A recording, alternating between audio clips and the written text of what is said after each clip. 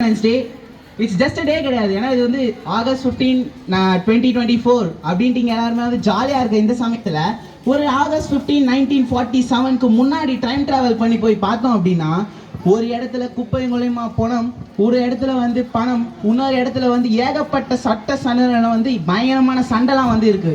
அவ்வளோ சண்டையில் ஒவ்வொருத்தரும் உயிரை கொடுத்து வாங்கி கொடுத்த அந்த சுதந்திரத்தை கொண்டாடுற தினமாக தான் நம்ம இங்கே சுதந்திர தினத்தை வந்து கொண்டாடுறோம். இதில் ஸ்டார்டிங்கில் வந்து பார்த்தீங்கன்னா நம்மளோட ராமலிங்கம் பிள்ளை வந்து ஒன்று சொல்லியிருப்பார், கத்தி இன்றி ரத்தம் இன்றி யுத்தம் ஒன்று வருகுதுன்று. அவர் சொன்ன அந்த சென்டென்ஸ் வந்து பார்த்தீங்கன்னா ஒரு பக்கத்தில் இருந்தவங்க மட்டும்தான் வாயால் சண்டை போட்டுட்டும் போராட்டத்துலையும் மட்டும்தான் ஈடுபட்டு இருந்தாங்க. எதிரில் இருந்தவங்களோ துப்பாக்கி பீரங்கிகளை வச்சுட்டு எதிரில் வரவனை நானே போல ட்ரீட் பண்ணுற மாதிரி பீரங்கிகளை எடுத்து வந்து ஒவ்வொருத்தரையாக சரிச்சுக்கிட்டே வந்தாங்க. இவ்வளோ பெரிய போராட்டத்துக்கு பிறகு கிடைச்ச இந்த சுதந்திரத்தை கொண்டாடுற இது ஒரு புனிதமான நாள் தாங்க, உங்கள் எல்லாருக்கும் தெரிஞ்சிருக்கும்.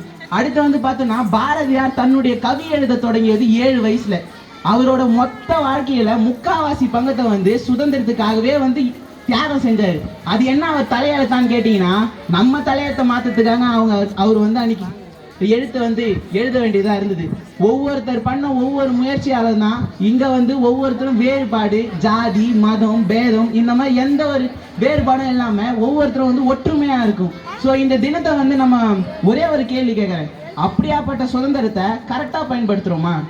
இதுதான். இப்போ எதிரில் ஒரு நாயை பார்த்தோன்னா கூட சில பேர் வந்து சாப்பாடு கொடுக்கறது இருக்கு, சில பேர் வந்து கல் எடுத்து அடிக்கிறது இருக்கு.